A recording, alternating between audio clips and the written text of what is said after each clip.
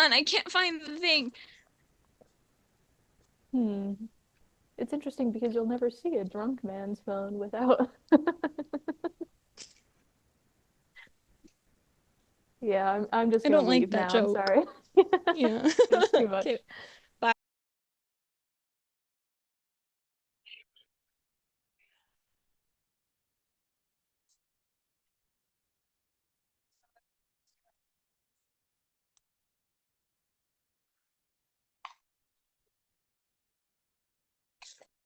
Sponsored by Bang. Sponsored by Bang, and then you immediately die. You got a little clip of me singing, lucky you. Yeah, just a little. If you were louder, I think it would have picked up more, and I could fully appreciate it. But it's okay. Uh-huh. A little snippet was Well, good. it was running toward the place by the killers. Uh, So I think any louder and it would have, I mean, the power would have been yeah, overwhelming, you know I what I think mean? that's true. That was a good call. Yeah. Is it just me, or do you also get a notification every single time at the top of your screen that says not hearing anything? Turn up volume, as if I don't know how volume works. I don't get that. So maybe Zoom just thinks you're stupid specifically. Guess so, but I get it every time. I did notice today. Even I think sometimes it'll be I, like if I'm hmm, in here and like waiting for you and you haven't like joined the call yet, it'll still say that. And I'm like, well, I'm not hearing anything because there's nobody else there's no one there. there. Yeah. What were you saying? That's silly. It is silly. Oh, just I think every time we record, I'm wearing like the same of one of three shirts. Yes, that's true. Yeah, Is but it's that because we one or record these like on the purple one? Fridays. Yeah, And then yeah, the usually purple you have one. the This, overshirt. yep. Yeah. Yep. Actually, you know what? I am gonna get a different jacket for, Ooh, yeah. we're mixing I'll it up. do, yeah. You're not ready for this. You might be. I might be. We'll see. I, now that I'm putting it on, I might have oversold it.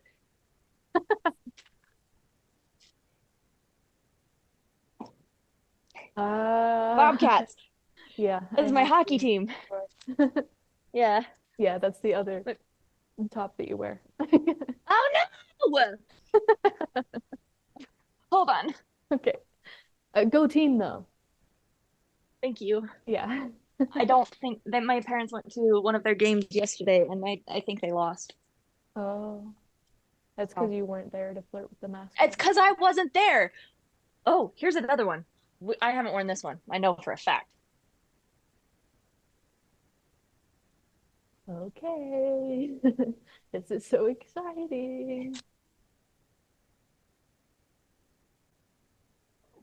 Other hockey team. It's the Hey, go Capitals. team. Yeah. By the way, these guys suck. Mm, I yeah. can't like I once I started getting honestly, into hockey, I think hmm, everyone needs a team that like you, lets them down. even though they're not good. Yeah, they let you down. Yeah. Yeah. Or just a team that nobody else really cares about, you know? Yeah. It's just good, support the underdog or whatever. That is nice because I have both of those in my two hockey teams that I support. The Bobcats being our local regional team that's Bismarck specific. Mhm. And these guys that have won maybe two games this whole season. Yeah. Yeah. Like I realized a couple years ago that I really like hockey and it's the only sport that I can really get into.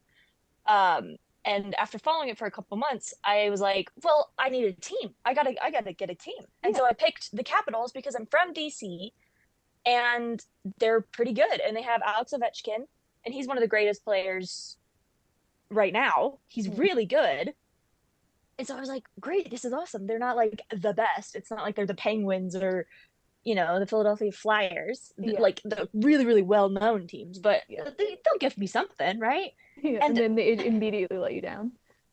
immediately they switched managers this year and That's like they're putting classic. in no effort, No. it seems like. I'm like, I could get on that ice and do better than these clowns. It's sickening. It's so, and I'm not gonna switch. Like Oh, because I that's your have, team.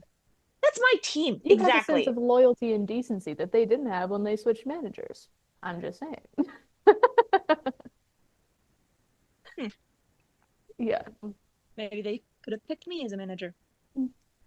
Still haven't quite Um, figured out what icing is, but it's like frosting. Well, well, should we get started? yeah. Okay. Either that or we just call it, like, thanks for listening. You've learned about hockey and rabbits. Rabbits. Yep. From real doctors that you can trust. Mhm. Yeah. Yeah. Um, uh, Yeah, let's get started. You thought of the acronym yesterday, so if you want I to did. go for it. Yeah, when we watched the movie together yesterday, and the acronym that came to mind was Sam Rockwell, Trent, ethically ambiguous, Maya Rudolph. Mhm. So sorry, I just thought of the acronym for tomorrow.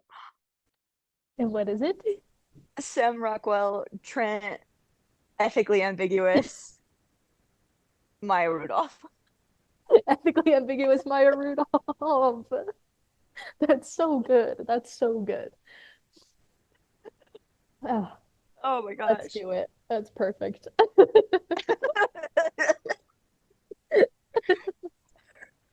I love that Maya Rudolph and Sam Rockwell, like as actors, and then T for Trent. We're just ignoring that. It's so good. Alternatively, T could be Toni Collette. Oh, that's true. And then we just have them Uh-huh. all actors. I do like that. Sam Rockwell, Toni Collette, ethically ambiguous Maya Rudolph, as if that's her name. And of course, the movie is Way, way back. yeah. Yay! Just for some context, sometimes people mix up the word ethic and ethnic on accident, and we thought that was funny, and we made a little meme about Maya Rudolph being ethically ambiguous. So And that's all Olivia's the gonna put it information you up on need the to know. screen here. Every now and then, and we were talking about this yesterday when we were watching the video, but every now and then that pops into one of our heads at an inopportune moment. Yeah, yeah. Usually, like if you're in a meeting or if it's nighttime, those are like Yeah. the top two moments when it'll happen. Ethically ambiguous Maya Really Rudolph. ambiguous. I always like the any time I think about that, it's like way late at night. It's like 2 a.m. and I'm laying in bed and I'm like so asleep, and then I wake myself up thinking about ethically Ethically ambiguous Maya ambiguous. Rudolph. Oh, Oh man. one of the funniest things we've ever done together. Yeah, it's true. Long-standing top 10 bits of all time. It's so funny. It's so funny.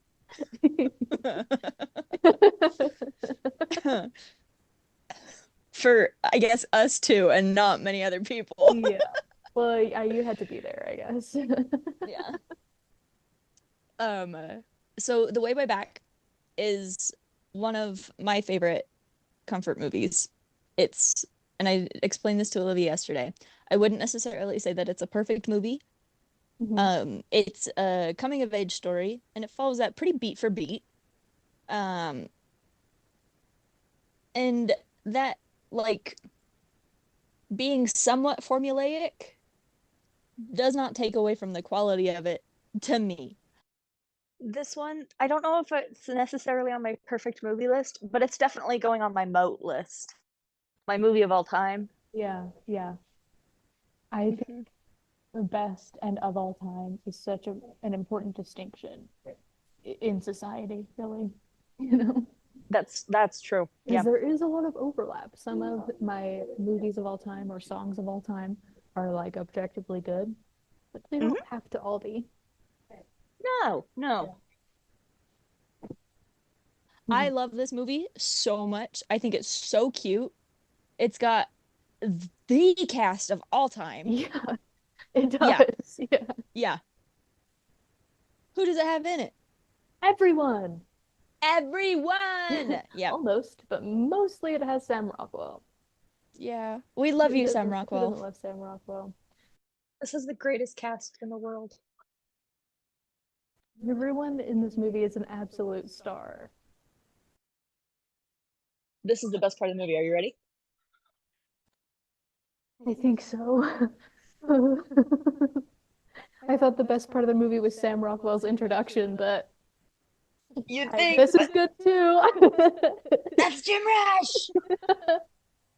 Jim, I Jim, didn't Jim, even tell you Jim, he was in Jim, this. Jim, Jim, Jim. Jim. Toni Collette. I think Steve Carell is an incredibly talented actor because Mhm. I've never hated any single person more than I hate Steve Carell in this movie. There he is! That's my boy! Sam, Sam, Sam, Sam, Sam, Sam, Sam, Sam. Sam, Sam, Sam. We love you, Sam Rockwell. If Sam Rockwell has 100 fans, I am one of them. If he has 10 fans, I am one of them. If he has one fan, it's me. If he has 0 fans, I'm I'm dead. no longer on the earth.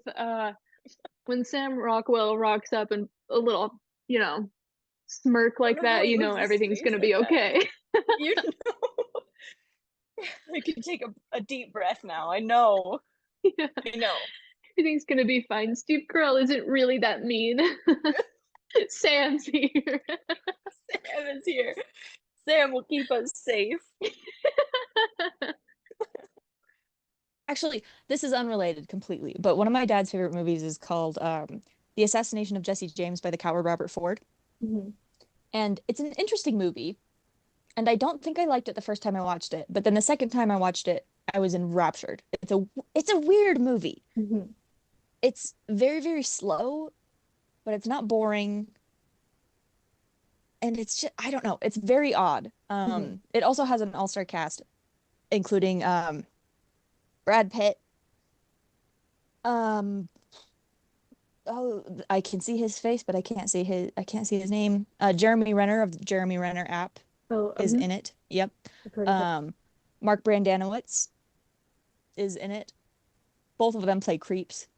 Um, and oh, Casey Affleck, that's his name. He Ah. plays the coward Robert Ford.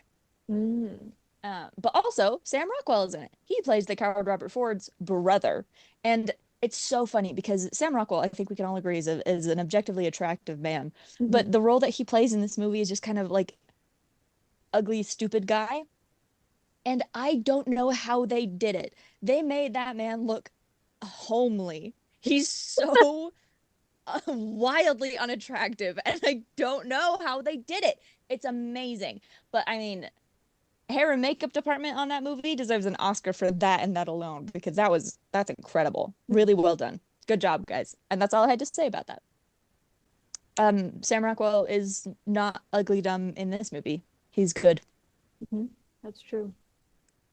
He's like, when you're like, oh, you're so dumb, but you like them. He's that in this movie. Yeah, yeah. You're like, oh, Very like attention hog, but like a good guy yeah, like and he has a genuinely good heart. charming. Yeah. Yeah, yeah. Um, so just to keep going through the cast as well, we've got Sam Rockwell, we've got Steve Carell, Hmm. we've got Toni Collette, Hmm. we have Liam James, who, for those of you who don't know him, plays young Sean in the show Psych. Phenomenally well. He's a little kid in that one, and he's a little bit more grown up in this one. He's 14 here. That's Yeah. really good. We The have cusp of adulthood. yeah, Yeah. he's just a young man. Really good. Um, we have the aforementioned Sam Rockwell, we have Maya Rudolph, we have Jim Rash, Hmm. who also directed this movie, which is really, really good. Yeah. And Toni what's Collette. her name? Betty, she plays the neighbor. Oh, yes. I also know who you're talking about. Yes, I can't think of her name off the top of my head, but she's really good. Yeah, she's good. She's so magnetic, and like Yes. you just hate her, but you can't help it. Allison Janney. Yes. Yeah. Yeah.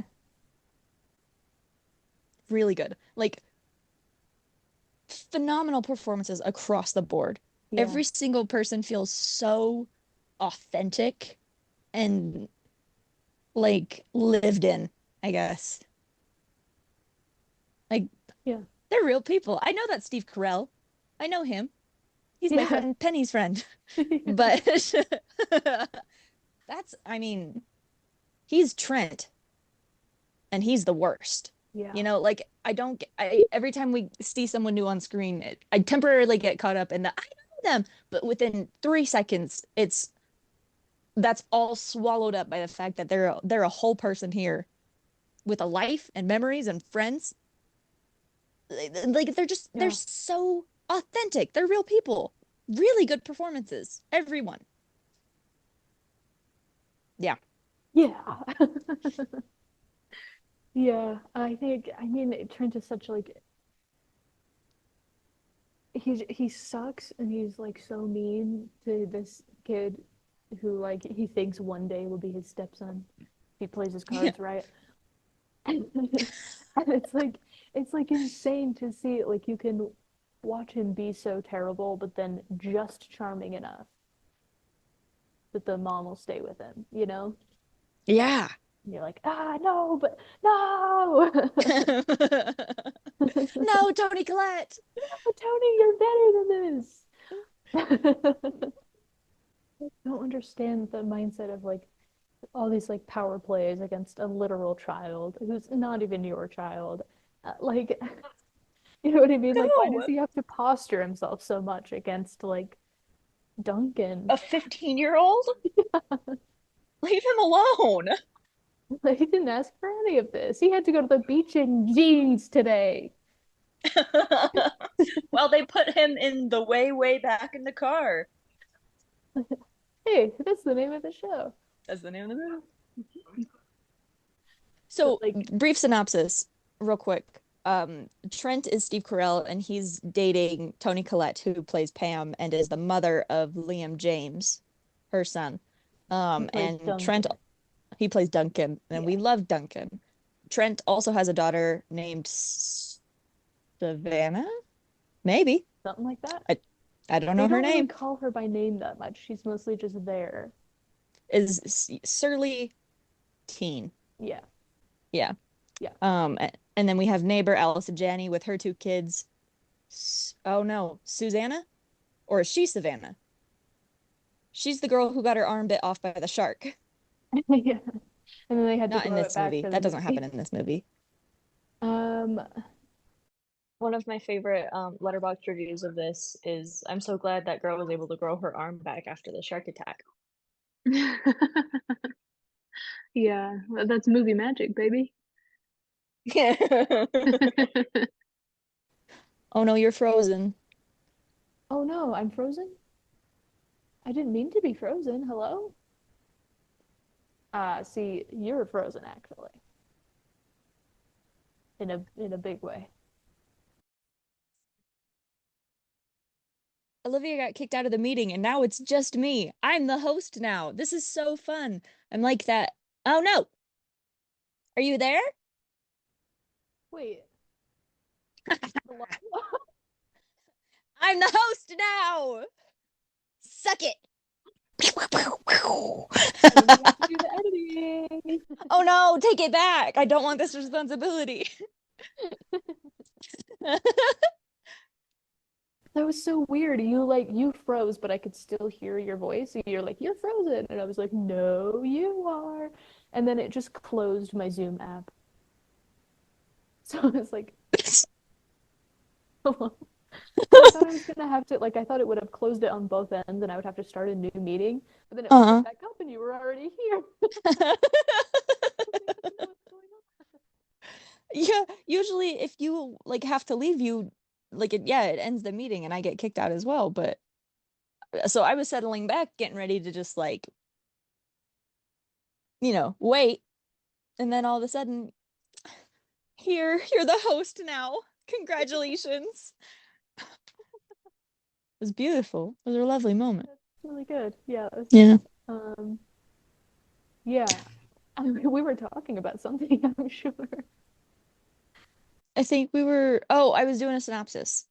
Oh, yes, yes, yes. The So, stepsister, I think her name is Steph, and then Susanna Steph, is the neighbor, and then Susan, also okay, Peter is the other neighbor, Peter, yes, who, very, okay. whose mom always makes fun of him for having a lazy eye. He has a lazy eye. Yeah. Yeah.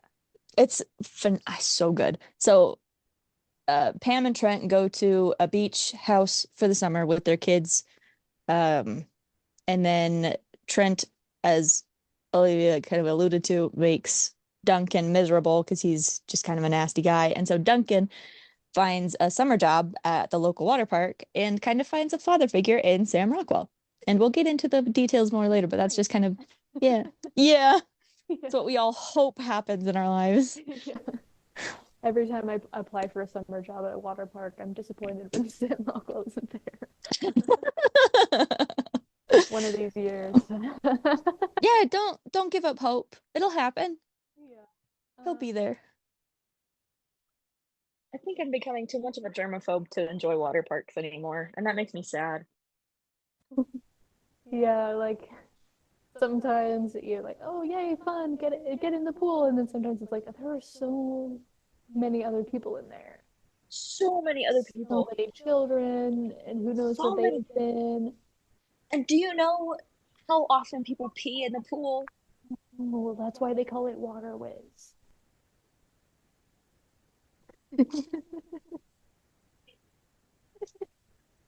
Bad.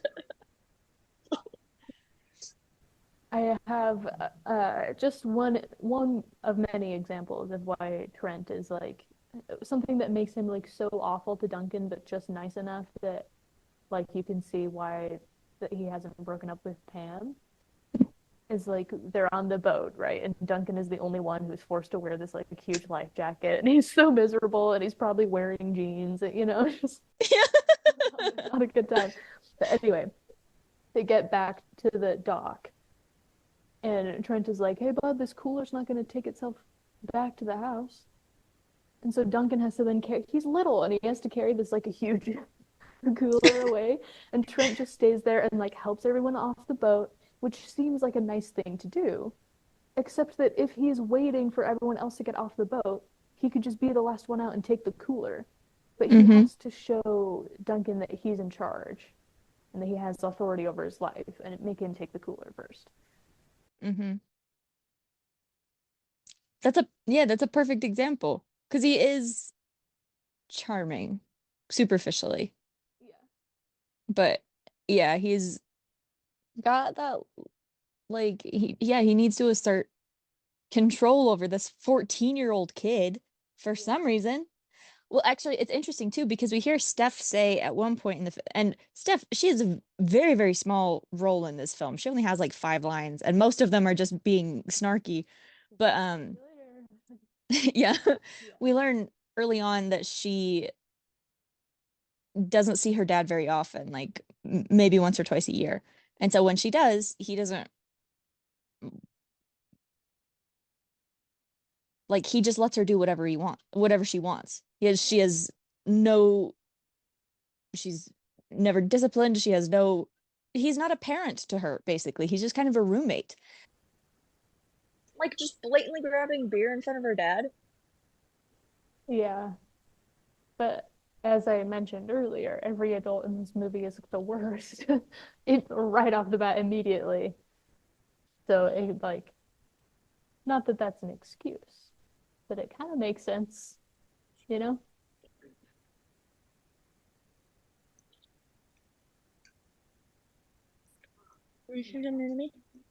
So like she'll grab beers from him and like all this stuff. And she's like 16. She's a teenager, but he doesn't care.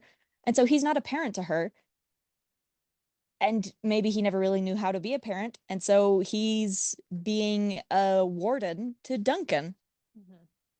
Yeah, he's got no one else to exert his authority over, so he goes to this soon-to-be step kid Yeah. who's already miserable. He's such a sad little boy. He is, and he has no sense of humor at all. No. Poor guy. Poor kid. But the first scene in the film is they're driving in the car, all four of them, to the beach house, and the Pam and Steph are asleep, and so Trent tries to start a conversation with Duncan, but the conversation and the framing of this is kind of unsettling too because the camera's in the back seat and Steve Carell is looking at us through the rearview mirror. So there's already kind of a like it just makes you feel small as the viewer. But then also the conversation itself is like Trent berating Duncan when he doesn't want to like talk to him and just belittling him and making him feel small. And then we find out the conversation is he Trent asks Duncan to rate himself on a scale of 1 to 10. And after a while, Duncan finally says 6 just to get the conversation to stop. And Trent says, I think you're a 3. To a 14-year-old kid. Just trying to get that score up, huh? Like you gave him that score Foxy. and now are mad at him for being such a low score. Like, shut up. Sounds familiar. Hmm. Hmm. So, well, no, Can't I'll believe save Steve that Carell little. just graded him a 3 out of 50. Yeah, he's actually not acting in this. Everyone else they hired, but they just chose to follow Steve Carell around. Yeah. And this is a documentary, the way he behaves when he doesn't, when he's not acting.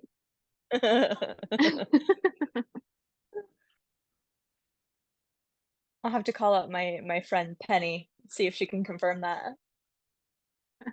Her As we know, Steve Carell close is personal close. friend. Like that really sets up. I mean, the film starts and we do see that he is charming and like, decent enough to Pam. Yeah. Yeah. But I mean, from the first moment, we are not on his side.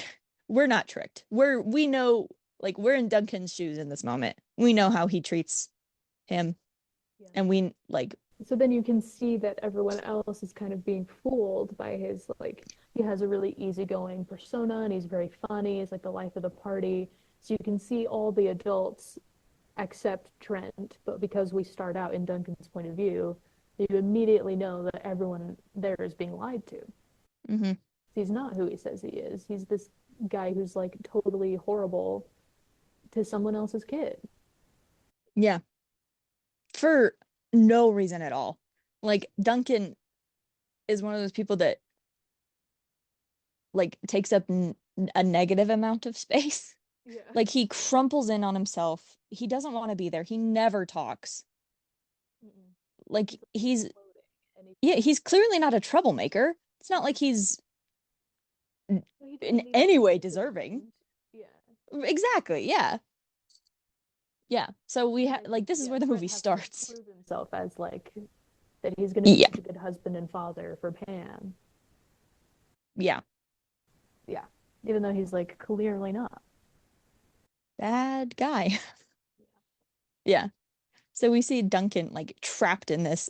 And I love Toni Collette's character too, Pam. I have so much sympathy for her because like throughout, I mean, the first 90% of the movie, you're like, girl, what are you doing? Like he's not necessarily like overtly mean to Duncan in her presence, but he is like kind of bullying Duncan around, like that scene with the life jacket. And it's like, girl, no one else is wearing a life jacket. Why why don't you stand up for your son? He has no one else. He's completely alone here except for you. Like, stand up for your kid. What is this? Not one single other person on the boat is wearing life jackets. Of course not. That's for nerds. And like his mom, why is she making him do it? Why doesn't she stand up for him at any point? I mean, I don't know. I can't explain it. This is gonna be really nice for me to finally have someone to complain about this movie with. Because again, it is one of my favorite movies. And that But it's means more that about there's a like lot to complain complaining. about. Yeah. Yes, exactly. Yeah. It feels more like complaining about your neighbors that you love, but like you just Right. need to point out some things. Yeah, that makes sense. Yeah, where like you really want to feel for the mom because the boyfriend is like so just the worst, like so annoying. But then Yeah. everything she does is kind of like, well, not what I would have done. And so then Yeah. it's hard to like you really want to feel for her, but she makes it so hard. Yeah. Because everyone in this movie is the worst.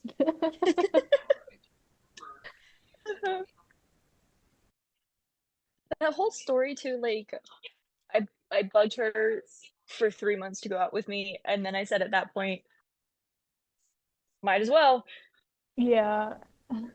Like, It's like there's that thing online where people tell like share stories of their like parents or grandparents that made them question everything. It's one of yeah. those like how can you frame this as like a romantic story when it's actually like predatory maybe? Like definitely bad. Like, oh yeah, he asked me out every day for a year and finally he wore me down. It's like, why couldn't he have taken no for an answer any of the first 364 times? You know what I mean? Concerning. Yeah, more Yeah, than cute. it's not, yeah, it's not cute. Um, but like, especially in the last few minutes of the movie, in the last little bit, we see that she is very similar to Duncan because she's just so insecure and so like desperate and sad. Like she's just recently divorced. She has, this very attractive new boyfriend who treats her at least very fairly well. And they're, at his beach house and all these things, and she doesn't want to make waves, and she's already a little suspicious of him maybe cheating on her, but she doesn't want to say anything because she feels like she's going crazy and all these things. And she has such a complex character because it's like you're so frustrated with her at first, but then by the end you're like, I'm like you even if you can't agree with it, you at least understand why she's acting the way she is. She's not a neglectful mother. She's not stupid. She's not oblivious. She's just scared and insecure. Think that she has anything else to do. Yeah. Yeah. So, like, again, we're in Duncan's shoes. We sympathize so much with him as the audience, but also, like, she's alone too. She's got no one else. Yeah. They just don't rely on each other. If you're on summer vacation, like you can, are you going to break up with the guy and then you have to make the kids leave and go do something else and they already like didn't have any other plans because they were planning on being here Hmm. and then you're like alone like they came in his car like how is she going to leave Right. Yeah. like so She's she got no other has no options. choice to at least wait it out until the end of the summer. Right. Yeah. Yeah. So I mean, she's a very sympathetic character, and I love her so much. She's complex, and all of the characters on their own are very well written, but also the performances just add a whole other level to it because Toni Collette is In this movie. end of sentence. Yeah, it's like what else Yeah. can you say but like oh yeah Jim Rash directed this movie and he's in it a little. Toni Collette is in this movie. Maya Rudolph is in this movie. Like, so you know Check, these are check, gonna check. be yeah, these are gonna be good performances. Yeah. Even like even and I would even say especially the smaller performances. Like you said, Maya Rudolph is in this movie, and she has, yeah, not a big role, but the moments that she is on screen, oh my gosh. Oh my gosh. So powerful. She plays this so she works at the water park that Sam Rockwell runs. And her first introduction, she kind of has that like, oh, I hate that I love you kind of relationship with Sam Rockwell, where he's like kind of immature and irresponsible, and she's like So then kind she's of forced taking to it a little bit overly responsible. to pick up his slack. Yeah. And most movies, I think, would have the girl be like, oh, I am so frustrated that I like you so much, but I guess there's nothing I can do. So I'm just gonna like give in and say, oh, well, let's do this. I think some would go that route, This one doesn't. This one has Maya Rudolph in like the second or third scene that she's in say, I'm sick of this. I'm sick of who you are. I'm sick of who I am around you, because she does have to be extra responsible and pick up his slack. She's like, act like an adult. I could love you. That's the thing, is she could, but she's choosing not to because of the way that he's acting. And this is the kicker. Here's the thing. He listens to her. He changes. The next scene that we see, he's opening the water park by himself. He's setting up the chairs. He's being responsible. And from that moment on, we see how much care he takes to continue to be that person. That it's not just a one-off thing. It's okay. She's right. I'm not the person that I want to be. I'm not the person that she wants me to be. And I'm going to change. I'm going to genuinely try. And I love that. I love that. And the movie ends with them like not promising anything permanent in the future, but there's at least a hope there of like, you can see maybe they've become closer and they can work together better because he's actually like working equally with her. Yeah. And it is nice that it's not just like a grand gesture. He'll open the park once and then go back to slacking off. Mm-hmm. He still has this kind of like a goofy and fun-loving personality, but like you said, he actually changes instead of just doing one thing one time, and it's enough to win her over. Yes. But it's like their whole relationship is so lovely because it could have been so insignificant. It could have just been nothing, or like maybe a little bit of speculation, like, ooh, do they kind of like each other? But no, it's like a genuine thing. It's something that you feel like you could see at a place of work. Like, oh, do they maybe have history? And then maybe it just feels so real, so genuine. Like, is that not the cutest little side relationship you've ever seen in a movie? It's top 3. And I can't think of any other examples right now. So is that a gut reaction because it is Sam Rockwell and Maya Rudolph? Yeah. Like, yeah, it's just not to be this person, but there are no small parts, only small actors. And baby, there are no small actors or small parts in this movie. None. Nothing small. It's good. And that's a fact. And I feel like, if we've said it once, we've said it 100 times. But even the minor characters feeling so like real and three-dimensional and like having a clear personality that you can understand even though they've been on screen for a long time really lends itself to the believability of the rest of the story. Right. Like, it could just be a really strong, like, oh, Steve Carell really well plays this, like, stepdad asshole, like, is a jerk but just charming enough to get away with it. And then everyone else is kind of there. And that could still be a movie, and you'd be like, Steve Carell is really good in that movie, but everyone else is there and pulling their weight. Jim Rash is like the funniest person in the world. He is hysterical, and he's only on screen for like 3 minutes. Yeah. At the end of the movie, he says, "Yeah, I'm still here." Also, I love directors who write themselves just like stupid little bit pieces in the movie, Mm-hmm. I think it's funny when they do it like where they're the main character, but I think it's funnier if they write themselves an idiot character. Yeah. That just everyone like else laughs at. Character. Yeah. Yeah. Yeah. That's good. I think that's good. My doctor said I can't get my face wet. Jim Rash, sir. In my head and in my heart, this man is the dean's brother. Estranged, obviously, they don't talk, but yeah. The dean is way too fabulous for him. Yeah. They hate each other. At the bank today. Left my putting on the Ritz cane in here earlier. I know it probably has another name, but can I be perfectly honest with you guys? I think I went too far with this one. I have to go to the bank today. What am I supposed to tell people in line? I had good news and bad news. Come on, Craig. Get your life together.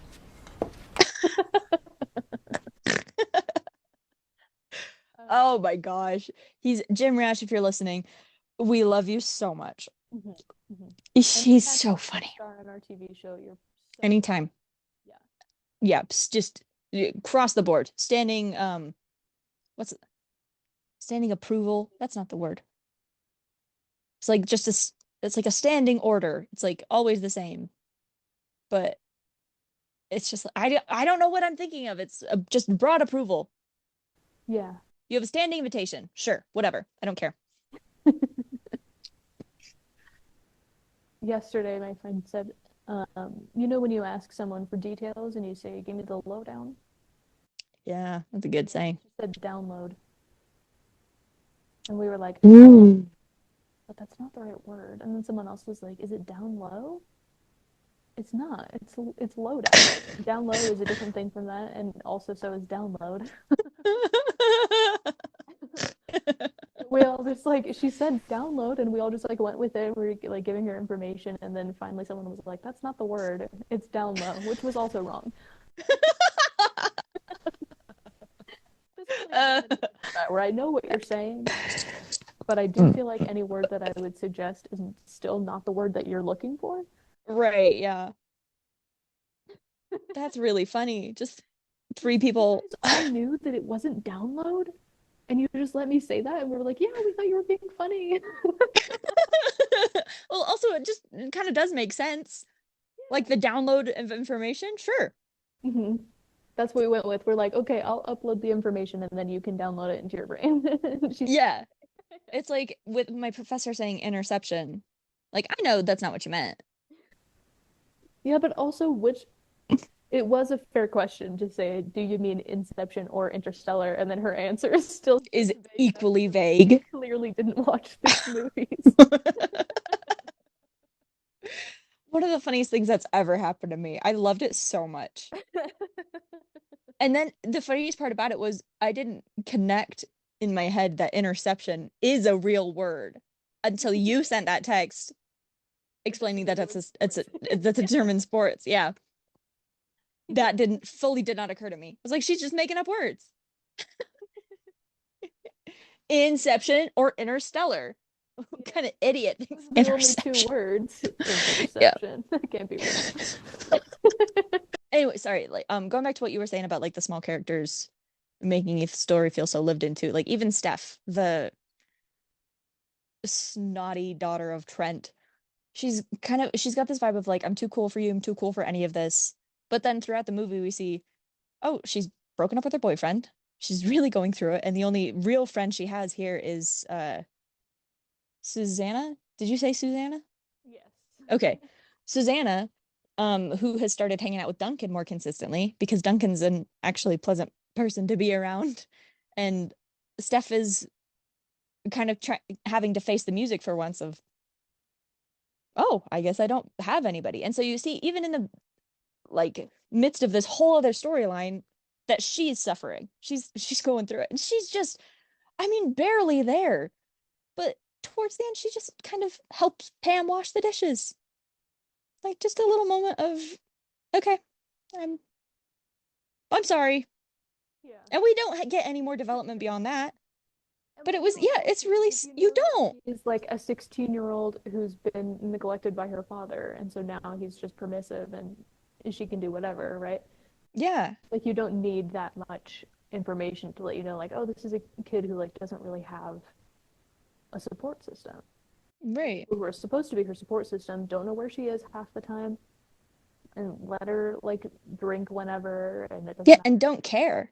They don't care. Yeah. The friends that she does have are planning on they're probably off doing drugs with their kids. Mm-hmm. Yeah. Like it's again in that moment very similar to Pam of like you start off being so frustrated and then you just like feel bad for them. Like I'm so sorry. He should have been a better father to you. You didn't deserve this. Like you could be so much more. And you still can. Like it's not like it's over, but it's like you deserved so much more, I guess. Yeah. Yeah. Yeah. So that's really sweet. Just a little detail that I like is that on the summer house, the house number, instead of being like on the side of the house, is on the stairs. Oh, I didn't even notice. Yeah, it's just fun. So they'll like open the door and there's like definitely space for them to have the address.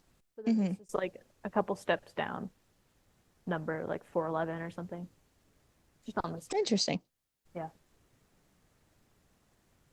So then it's like, in that like dinner scene where friends like, yeah, Pam actually has some ideas for fixing this place up, trying to like brag, and then everyone's like, oh, that's weird. Why would you change it?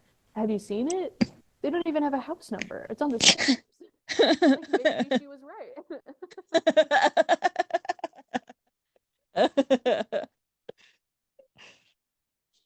That's a good moment. Mhm.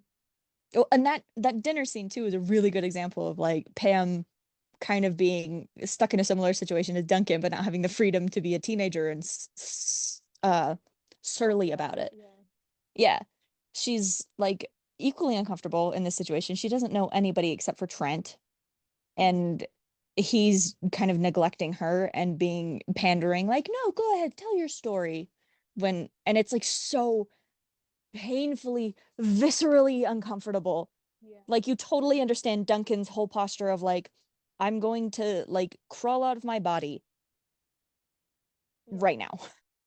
I love these two together because like he's visibly awkward and visibly uncomfortable, but like she's got to do the adult thing where she pretends to enjoy herself and pretends to laugh along and pretends to enjoy the other story, you know?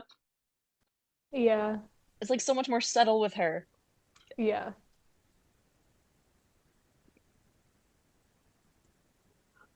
It's like so palpably uncomfortable. I hate it so much.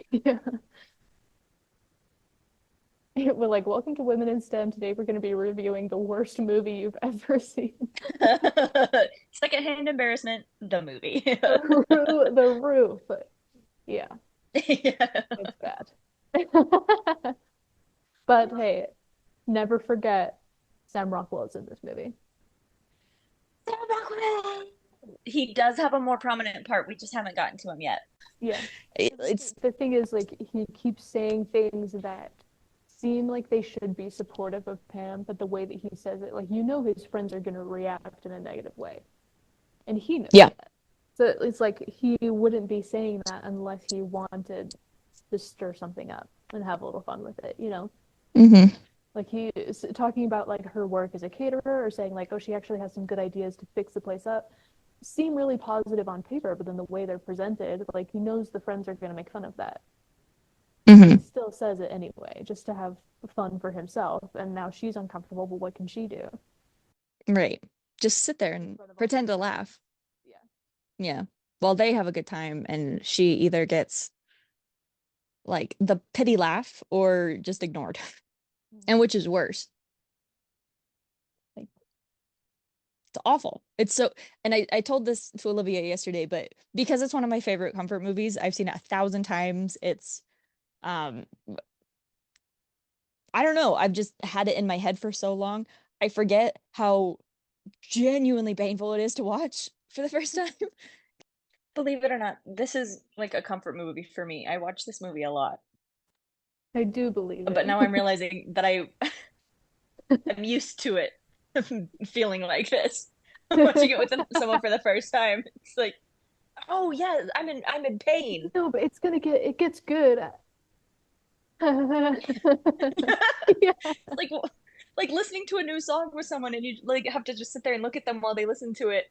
But it's not the length of a song, it's the length of a whole movie. It's 90 minutes. Yeah. Oh, this is one of my favorite songs. Don't read into that. That's what I think. Yeah, I just think the Hmm. lyrics are really, I mean, they paint an interesting picture. Not that I can relate to it, but Oh, is that what they say? I've never even like listened to the words. Oh wow. For the first time, I'm just listening to the words just now. Usually I only pay attention to the drums.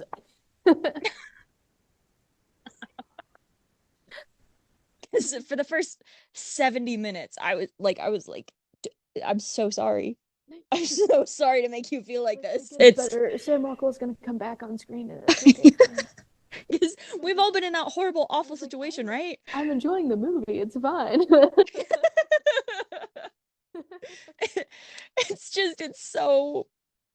It's really uncomfortable. And again, because it's Toni Collette and Steve Carell and Liam James, they're all phenomenal, but they do too good of a job.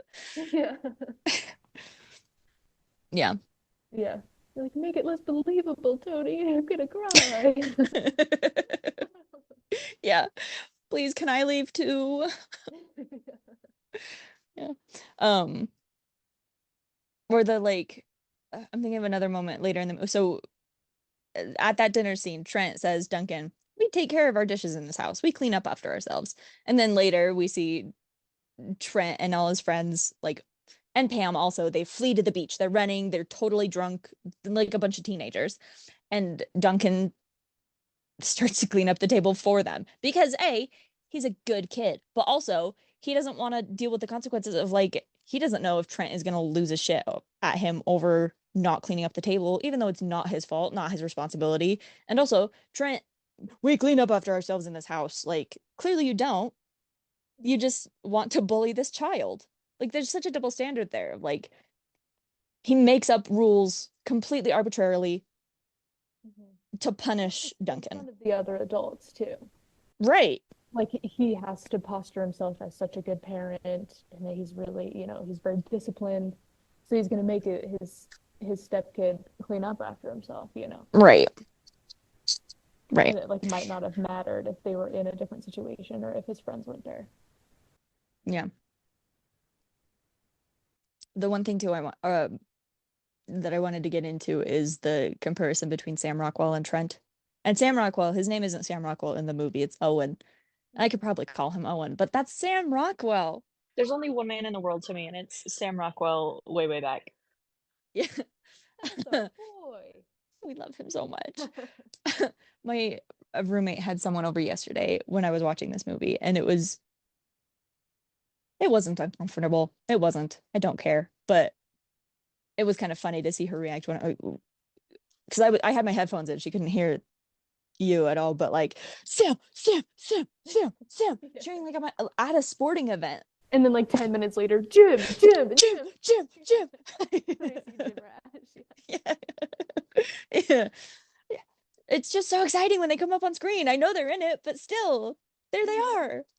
They didn't lie. They promised. But like just the comparison between these two characters and how they treat Duncan specifically, like, there are some superficial similarities, right? Like they're both outwardly charming, kind of magnetic. We know that Steve Carell, Trent, is a car salesman, so he knows how to pitch things. He knows how to spin it, right? Sam Rockwell, Owen, he's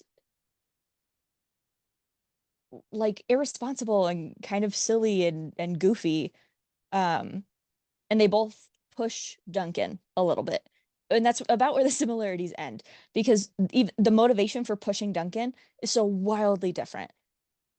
Trent, as we've established, does it for like power and to exert dominance over someone, because he doesn't have that over his own daughter, and he's dating Pam, so he can't do it, like he can't bully her to that level. And it is kind of implied that if they were to end up getting married, that kind of power would extend over to her as well. Like he'd have that kind of dominance play. But he wants to be able to control Duncan and humiliate him. And it's all very intentional. Like it's not careless like the way he is with his own daughter. It's pointed. Yeah, calculated, really good word. And the opposite with Owen, where he is kind of he's so good. Like the way he interacts with Duncan at first is kind of offhand. It's a little bit careless, and he says things that Duncan doesn't find funny because A, he doesn't understand jokes at all, but also one line in particular that I love is Owen comes up to Duncan while he's hanging out at the water park, and says, "We're gonna have to ask you to leave. You're having too much fun. You're making people uncomfortable." When he's sitting there quietly taking up no space in his jeans. Poor kid going to the beach in jeans. I know, like, why don't they give him time to change? Everyone else went up to change and they're like, Duncan, get out of here. Unbelievable. Like, just shriveling. Like, absentmindedly staring, like, not at anything in particular, just like Yeah. sitting there. Yeah, yeah. That's Like, it. such an obvious joke. And Duncan And goes, oh, okay. Walks away. and Owen's so confused. And it is a funny moment. It is funny, but also it's kind of sad if you think about it a little too much, because that's something that Trent would say to Duncan and not be joking, and mean it. So, like, after a while, we see that Owen kind of picks up on these things that Duncan doesn't find funny, because there's a reason that he would believe that someone would say that to him. Yeah, because Trent would ask him to leave. Yeah, for sure. And so we see, like, the first a couple of interactions that Owen and Duncan have are Owen being like really loud and kind of over the top for a reason, because it's like he's trying to break Duncan out of his shell a little bit. And he kind of becomes more intentional about the things he says and the jokes he makes, because he's like, oh, okay, I get it. I'm not gonna make you want to leave anymore. I'm not gonna say that. But he still pushes Duncan a little bit. He still kind of tries to get him to break out of his shell and um like be the center of attention for a little while, because like, he knows Duncan. He gets him from the first couple interactions he had. He knows who this kid is, and he kind of has an idea of maybe something's going on, and I don't know the whole story, but at least I can offer him, like, I'll offer him a job and I'll be a friend to him. And then we see Duncan responding. Yeah. It's just such an like a clear difference in like teaching a kid to actually like show some responsibility or some leadership, right? And, like, Yeah. Like I could write a whole thesis about the difference between like the playful hazing with Sam Rockwell, where he knows he's gonna like get him a little bit out of his comfort zone and it's doing from a place of love and like not intended to humiliate him, versus the you blatant power genuinely see plays. he's like, oh, this kid is struggling and I can help. Yeah. Yeah.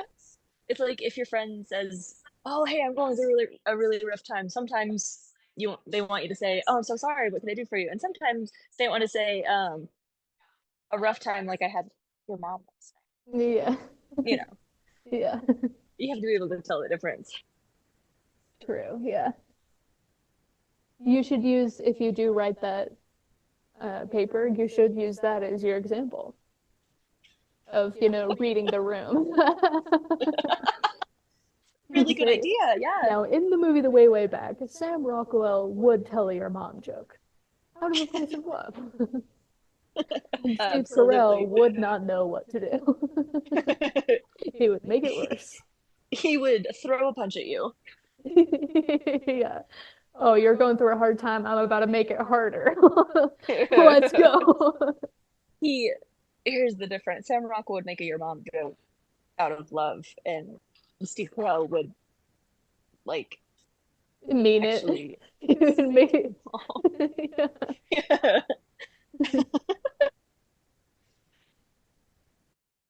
Oh, and then cheat on her too. He'd do that. Oh yeah, Don't probably be that Steve too. Carell. Yeah.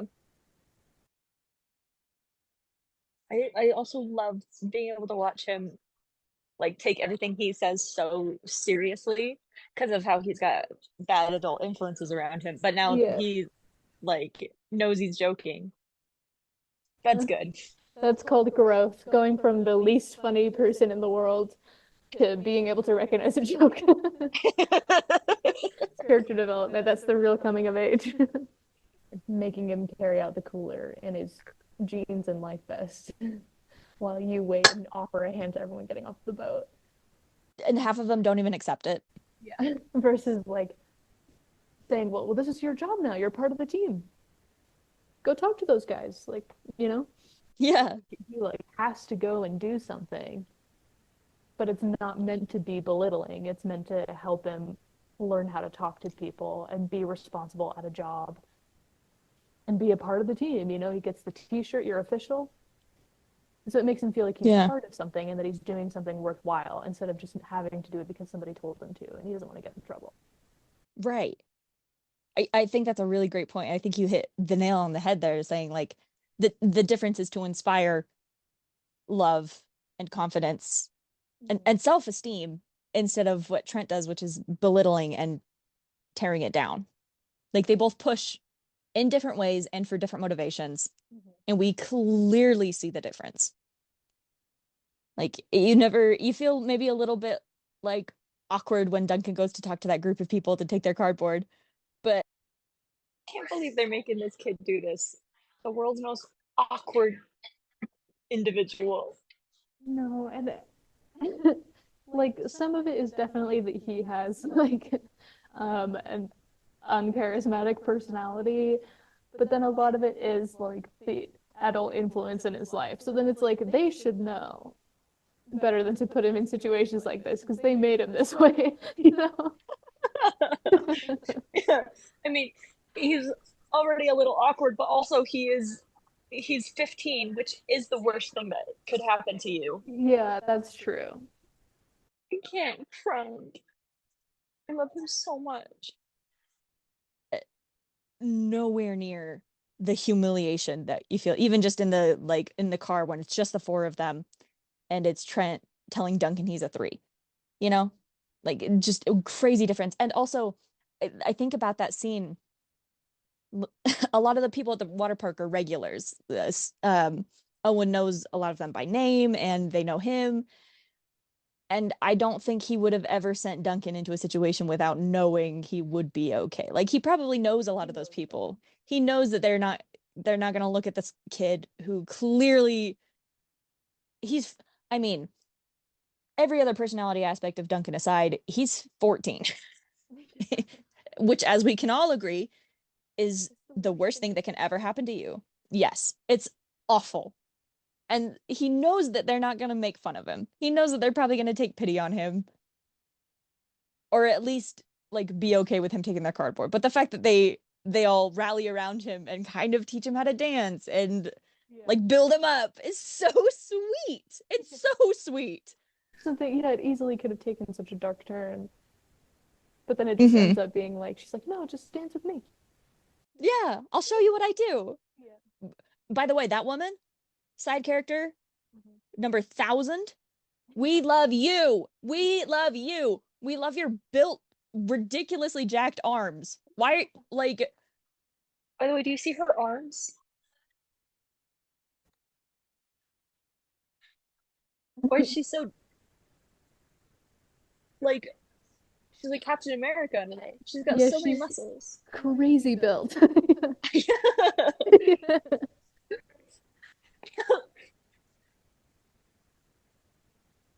You may not like it, but this is the ideal female body.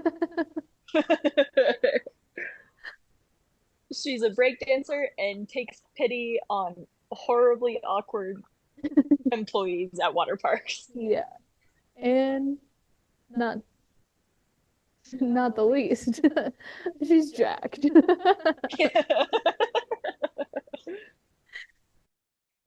that's smile number 3. Let's go! Let's go, Duncan! Duncan, Duncan, Duncan, Duncan, Duncan.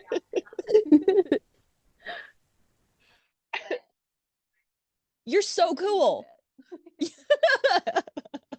Yeah, you know how Chris Evans anytime. Anytime, yeah.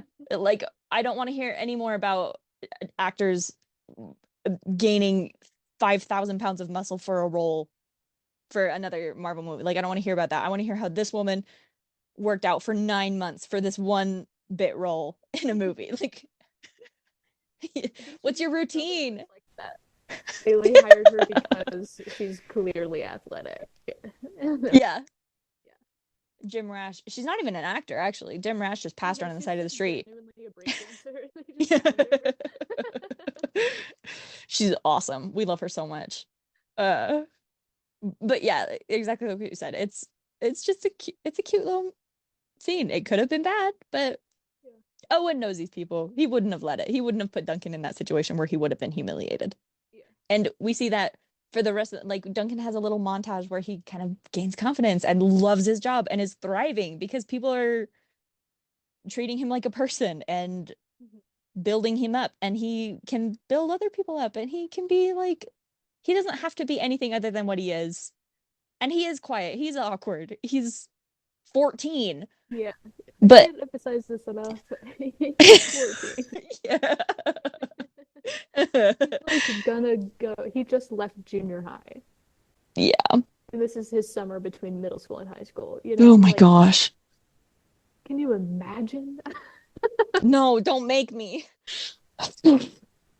So yeah, it's good for him to kind of have something to do and have like a job where he has like authority that people can treat him with respect without needing to be like so harsh in the way that Trent is, you know. Mm-hmm. Yeah. I think yeah, he can have that confidence and that he does know what he's doing and that he can be listened to Yeah. in like a safe and fun environment. Yeah. And joke in his own little way, like that scene where Roddy and Owen see him talking to Susanna and call him over on the loudspeaker. And at this point, we know like Duncan's not embarrassed. He knows this is how they joke. You can see he's smiling. He's enjoying it. These guys. And Susanna's loving it too because she's not seen him smile before and be happy. Yeah. And he goes over and Roddy and Owen are kind of giving him crap and being like, you know, just being goofballs. Girl, yeah. And he's like, well, maybe if you hadn't called me over. And it's just like, you know, it's not particularly clever. It's a joke a 14-year-old would make. Yeah. And they lose their minds. They're like, whoa, look at this kid. Who do you think you are? Like, yeah, it's so cute because they genuinely love him and they care about him so much. They want to tease him. They want to be like a little silly, goofy guys with him. And he can take it and he can give it right back to him. And they're not gonna like lash out for him talking back or anything. Like, that's what they want him to do. yeah. Yeah. It's a good moment. I cannot stress enough how urgent this is. Get over here now. Hey, what's up? That's so good. It's really funny. I forgot yesterday because it's been a while since I've watched it all the way through.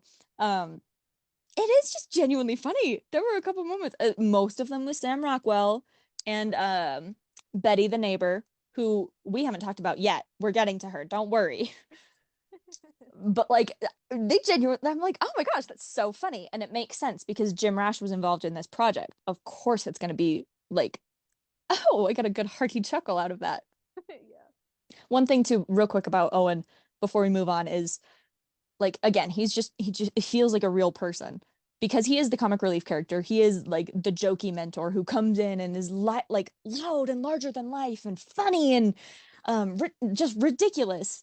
But he has moments of vulnerability and like sincerity as well. Like it's really well balanced. We have moments where Maya Rudolph, Caitlin, like berates him and says, you are being an asshole and I'm sick of it.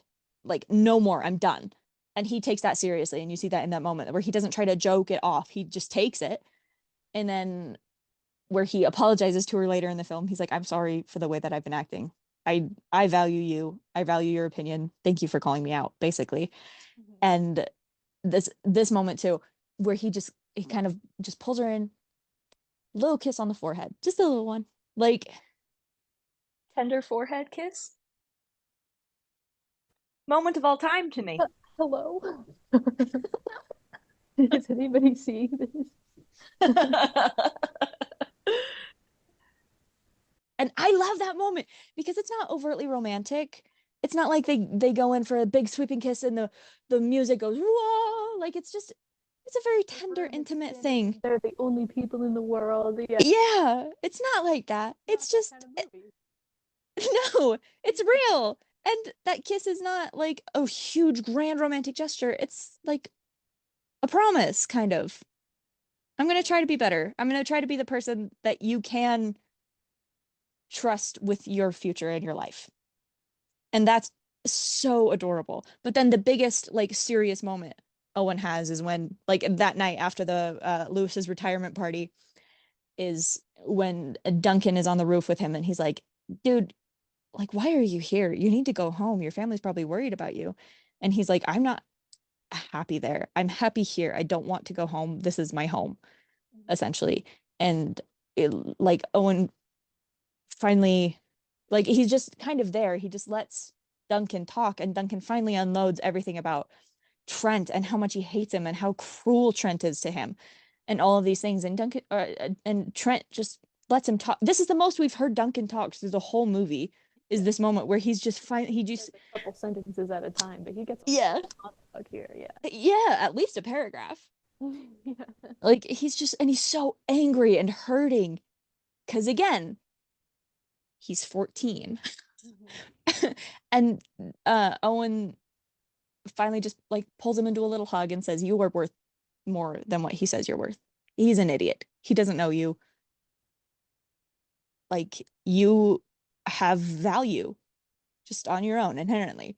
And like it's so tender because it's just so small, and it just a little hug. And you see him too, because at first it kind of looks like Duncan just kind of lets his head fall, but then you see Owen like pulled him into the hug. He kind of tugs a little bit on the arm, not enough where you like Duncan couldn't leave if he wanted to, but enough to be like, human contact's nice. Yeah. It's so sweet. And that's where the moment comes where Owen kind of admits, like, I know what you're coming from. I know what it's like to have a shitty dad. You're not alone. Like I'm gonna be, and he doesn't say a lot, but it's just such a beautiful moment because you see everything that he's become to Duncan and how much Owen truly loves this kid because he sees himself in him, but also because he's his own unique thing. It's not like he's a carbon copy of Owen when he was a kid. It's just like he loves him for Duncan. That's precious. It's fine. It's totally okay. It's whatever.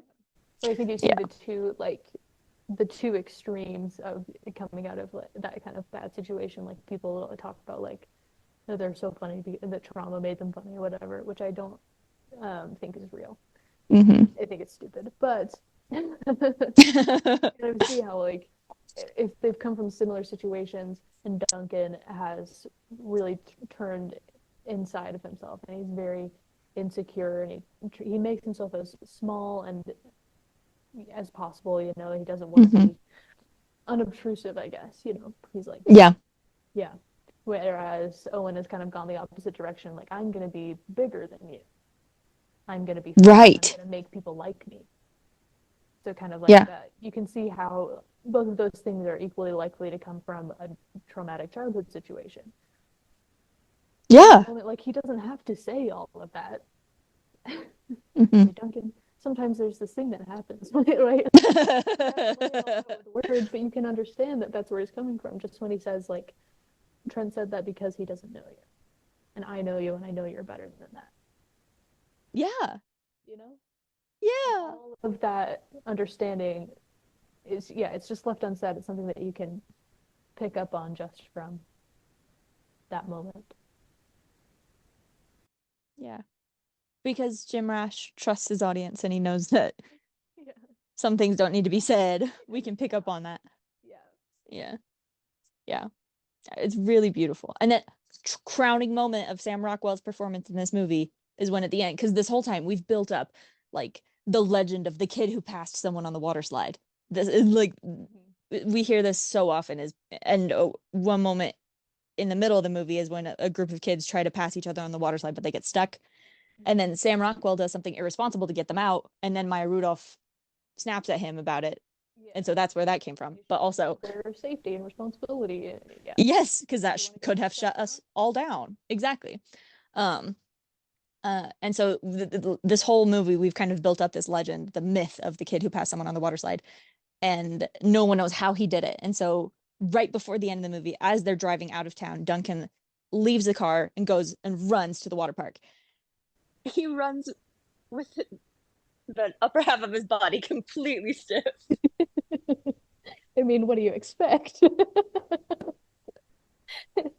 Nothing else. He's not I a love him suave so or much. coordinated person in really any way. Of course, he's also deeply unathletic. And he grabs a mat and he grabs Owen and says, "Come on, we're gonna do it."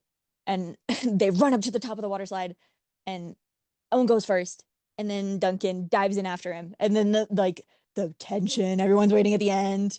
All of the employees flee and leave their posts so they can like wait at the bottom. And Toni Collette is there so confused because she sees Duncan's face on the Employee of the Month sign and him in all of these pictures because apparently her kid went out and found a part-time job over the summer. Like, Got a nickname, and everyone there knows him. There's like 200 people at this water park, and they all know him personally. yes. She's like, "Where's my kid?" Okay, look, I know this is just kind of like a typical coming of age movie. I understand that, but also this is like I know they didn't do anything particularly revolutionary, but this is the coming of age movie of all time to me. Yeah. Nothing else comes close. Well, I think because it doesn't have to be such a big, like, you don't have to change the world. The whole point of it is that it's an individual story. Yeah. That's why people like Napoleon Dynamite, except for sometimes people don't. Oh, those people are just silly gooses. Yeah, that's true. And it's another moment where, even though obviously you're not really on anybody's side except Duncan, you can kind of feel for Toni Collette. Like, imagine you lose your kid and then suddenly, like, he's in this, like, absurd competition with a grown man.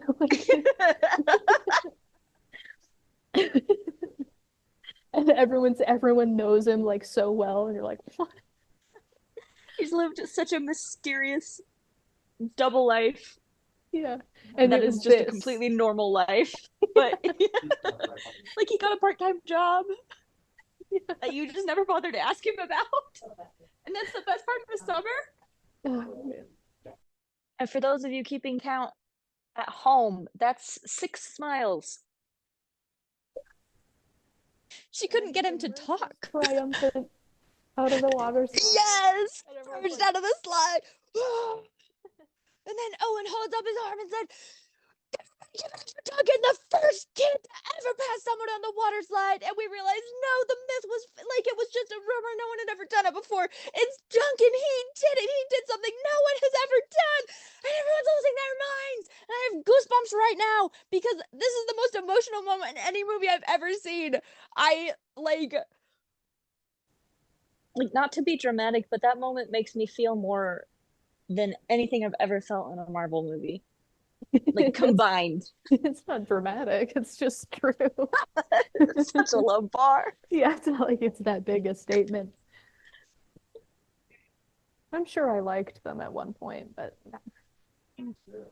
it's hard to even remember. Do you hear that? He's the first one to ever do it. Yeah. Martin Scorsese, who? He wishes he had directed this movie. It's so beautiful and emotional and like such a triumph. And then Trent is coming and he's like, "Everybody get back in the car." And like Owen is so pleasant when he meets Toni Collette. He's like, "Hi, I love your kid. He's great. I think, really good job on this one." And she's just like speechless. Because I mean, maybe she had something to do with it, but really this is all Duncan. Like he's just a great kid on his own. And then Trent comes up and Owen immediately steps fully between Trent and Duncan. Like, "Hi, I'm a good friend of the three here." And just like stares him down. Like he's not moving. It's so overt. Like, you are not touching this kid. No. No, I'm not having that. And it's good. Good moment. And Trent backs down because he's a coward and he's empty. Yeah. Yeah. Boo. Boo, Trent. Loser.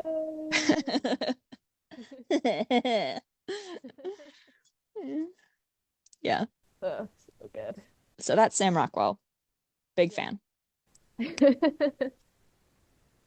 Um, we can talk about Betty because we haven't yet. Yeah, let's do. Yeah, she's insane. Yeah, she really is. Yeah. That's it. I feel like I probably had something to say at some point. Yeah. I love her so much. Like Isn't she the like wonderful? insane energy, where you like you're so drawn to her even though she's like clearly like I don't So know, rougher. toxic. You know? Yeah. She's my favorite character in this whole movie. Yeah, she's awesome. She has the most addicting energy. So glad she's on screen so I don't have to watch these two. Yeah, real. You're like, I don't even care about everyone else in this movie. Just her. I mean, there's not much because again, she's got a smaller role, but she's another one with unexpected depth because she's also going through a recent divorce. Her husband is gay, maybe bi, that's not really clear, but like she's going through an identity crisis of her own. She started drinking again and she is like you said, insane. She comes in and she's just talking, just jabber, jabber, jabber, jabber, jabber, jabber, but is also so like magnetic and fun. Like you just can't help but like her. Like I feel like everyone has met someone like this. Yes. That just only talks about themselves, but for some reason you still are like kind of drawn to them. Yeah. And she's like not very nice. It's funny, I remember what I was gonna say, which is Hmm. that they introduce her to Duncan, and she goes, "Oh, Duncan, I love that name. I almost named my son Duncan." 2 minutes later, calls him Declan. I forgot about that. Yeah. Like, why make all the fuss about like, oh, such a great name, you're such a great kid, and then like immediately forget who he is? Hello, girl. Yeah. So clearly she's puts like talking over thinking, Yeah, you know? yeah, I think that's a Yeah. fair claim to make. Yeah. Yeah. Well, it takes one to know one. Yeah. She's just so She fun. takes notes and someone else listens. Yes. Yeah. I do also love because she does have depth on her own too. Like you can see how much her and Pam formed a genuine friendship over the summer too, when she's in tears over Pam leaving and says, "I think you're great," and corrects herself and says, "No, you are great. You are. Like it doesn't matter what I think. It's you are great." And I like it's just there's something about this movie that's so bittersweet. Every single character is bittersweet and like has depth and Yeah. oh, And I just think that really fits the setting. Like, there's when you're a kid, there is something so bittersweet about like summer vacation, you know, because it's supposed to be like awesome, and then maybe sometimes it's not. It's kind of boring, or maybe it is awesome, and then it's sad when it's over, and you have to go back to mhm. your regular life, and Trent's gonna move in with your mom and whatever. Like, Yeah. so Yeah. there's that kind of like it's supposed to be a summertime coming of age story. It's sad that it's not gonna last forever, but it is still sweet that there's so much development for these characters. Yeah. Yeah, absolutely. Might not last forever, but it lasted for a minute anyway. Yeah. And like yeah, there's like this I mean, it's again similar to other coming of age stories where there's development and then the story ends and you've got to summer ends and you've got to move on and all this stuff and it's I know this isn't the only movie ever to do that. I know that. But it feels like that to me. Like this is the one who's done it best because everything about this movie feels like summer and is just dripping with sunshine and warmth and humidity and beach and sand and water park water that smells bad and all of these things And just the nostalgia coming off of every frame of this movie is so tangible and real. And you think, "Mm, it doesn't really matter what happens in the future. Maybe Duncan keeps in touch with Owen and everybody else at the water park. Maybe he comes down to visit every now and then. Maybe Owen and Caitlin get married and have a kid and they name him Duncan. It doesn't matter what happens in the future, like I personally choose to believe that they all stayed friends forever. And Pam dumped Trent and he died by falling in a paper shredder. I don't know. Like, it's just. Too. Well, I guess Steph still has a mom. Oh, yeah. Becomes friends with Steph's mom. And they get married. Yeah. Yay. Oh, we've done it. But like, it's sweet no matter how you think of it. Because like, it doesn't matter what happens in the future. What matters is like the summer and the change that they all made on each other and how much they all loved each other. And yeah, you can't ever go back completely, but maybe you don't want to because you've already gone through the changes and it's time for a new, Yeah. you know. Yeah. It's so good. I love this movie so much. It makes me cry every time. It's so sweet. Yeah. Yeah, I don't have anything else to say about it. I think and I said this yesterday when we were recording, I don't think that it's necessarily a perfect movie, but it's on my list of like favorite movies. 100%. It's so like right near the top. It means so much to me. I love it. As someone who probably was closer to Duncan as a teenager than I want to admit. I love this kid so much. Sometimes, like on my emotionally vulnerable days, I think about him and it makes me tear up. I'm like, I hope Duncan's okay. Duncan, if you're out there, tell me everything's gonna be okay. Um, not to be dramatic or anything, but like this movie raised me, literally. I I don't know what I would give it like for a critical rating, but personally, it's a 5 stars out of 5 stars for me. Yeah. You've said it all. Not yet. Oh. Well, I haven't said every word. I'm working on it. Okay. But that's an ongoing project. Yeah. You're like Yeah. a monkey on a typewriter. Yeah. Yeah. Yeah. Well, is there anything else you want to say? Let me just take my notes. We went over everything on mine. Have anything for me to say? No, I didn't write anything down for you to say. Usually, and this is actually a fun little insight into our process, is usually I script out Olivia's responses. Yeah. Really humbly make you seem like the funny one, but really I'm feeding you lines.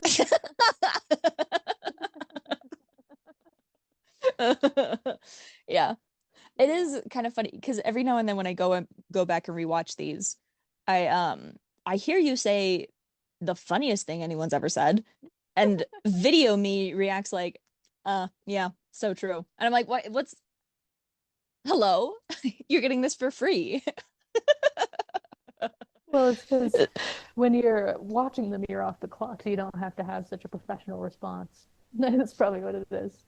That's true. Yeah. If we're in mid-conversation, you can just say, "Oh, I've always said that," and then later be like, Yeah. Yeah. yeah. So there you go. Yeah. I can't think of anything else. I feel like we've touched on all the main things. I like that Duncan rides a pink bike that he found in the garage, Yeah. and that And it's isn't too small for him because he's growing because he's 14. you growing boy? But at never at any point is he embarrassed by it. No, he's like, I needed transportation. I got transportation. Mhm. Yeah. Also, Owen never like He's not afraid of, he pulls Duncan into a hug. He doesn't tease Duncan for crying. Like, no toxic masculinity in this house. Not today. No, not when Sam Rockwell's running the show. Okay? Let's get that straight. Our boy Sam would never. So.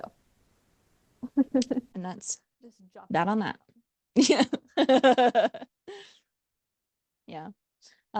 I do feel like I talked more than normal about this movie because no one really knows about it. It flopped the year that it came out. It is kind of a basic coming of age story, but I feel like it holds up really, really well.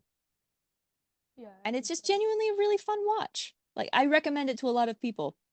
And I think more people should watch. Like, if you're watching this at home, put on the way back. Yeah. You won't be disappointed. It's so sweet. You Really can good. find it on a perfectly legal website. So, have A that. website that loves you. Mhm. And you probably won't have any problems if you try to do a watch party on Amazon with a friend. Because Amazon also loves its users Yeah. and won't make it difficult or impossible for you to do it all. And won't charge you any extra money to do that. No. No. Because they have enough money. Yeah, the biggest business in the world. Why do they need $1 extra from you? Just something to think about. I'm afraid this is going to end on a bad note.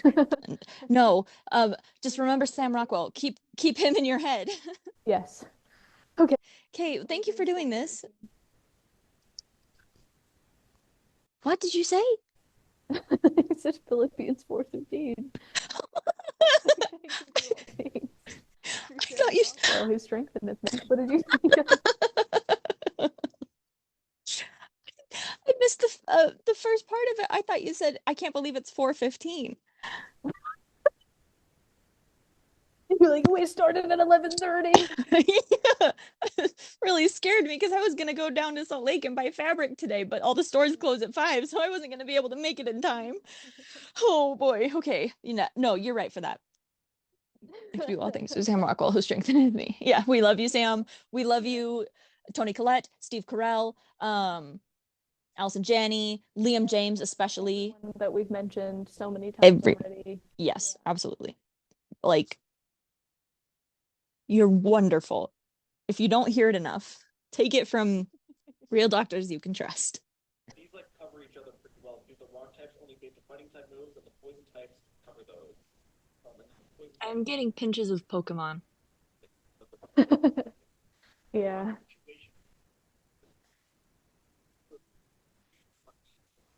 Know which side is getting opposing type on the other side. You can swap the opposing type on the other side, right?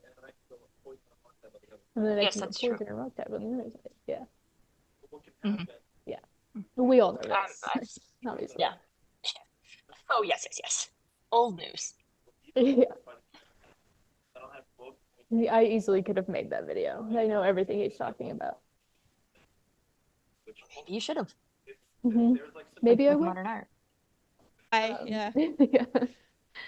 We were talking about, in my class yesterday, we were talking about like just funny sports things like that. Like there was a manager just recently who was fired, and then like 2 days later they had like a team party and he went. And they were like, maybe that's not enough time. After It's been 2 days. You were fired 2 days ago. maybe that's not enough time. Yeah, maybe not. Yeah. That's really quick. I guess it's like, well, I was already planning on going, like what would you do? I would already have been planning to not go, so certainly I wouldn't go. No. I mean, yeah. Wild. That's so crazy. No. Yikes. I will do that. My friend Olivia says hi. No, I don't. Mallory says hi back. Oh, She didn't either. whatever. Hi. This is my friend Olivia. Oh, she did say hi. Yeah. Yeah, the second time. Do you want to know your social security number? Oh, I don't have one. She doesn't have one, sorry. She'd give it to you if she did. Yeah, but I sold it for Twix a couple months back, so I don't have it anymore. It was a left Twix, to be fair. But Oh, well, left Twix. No one would have ever done that for a right Twix. no, obviously not. There's a clear prestige of a left Twix. Yeah. Yeah. In my head, left Twix is capitalized, but right Twix is lowercase. Yeah, it's just whatever. Left Twix is capitalized because it's elite.